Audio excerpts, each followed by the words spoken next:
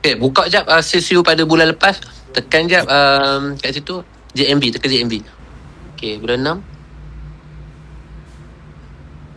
Okay, alright, good. 2 kali ganda, 92,000. Bulan 7. Bulan 7. You jual baju 90,000. Okay, bulan 8. 1,000. 78, okay. Bulan 9. Wow, 174,000. Okay, sebab JMV kan sebulan kan. Oh, dia okay. Bulan 10. Wow, 154,000. Bulan 11. 199,000. Bulan 12. 146,000. 1.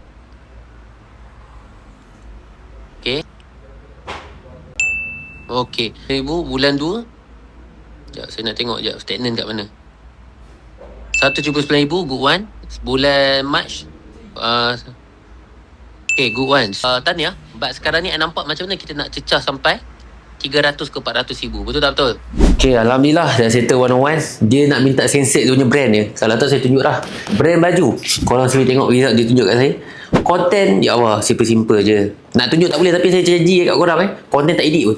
So kalau korang nak result 101 macam tu, yang di mana saya monitor JMV diorang, saya bagi tahu apa strategi nak kena buat dengan strategi simple tapi convert.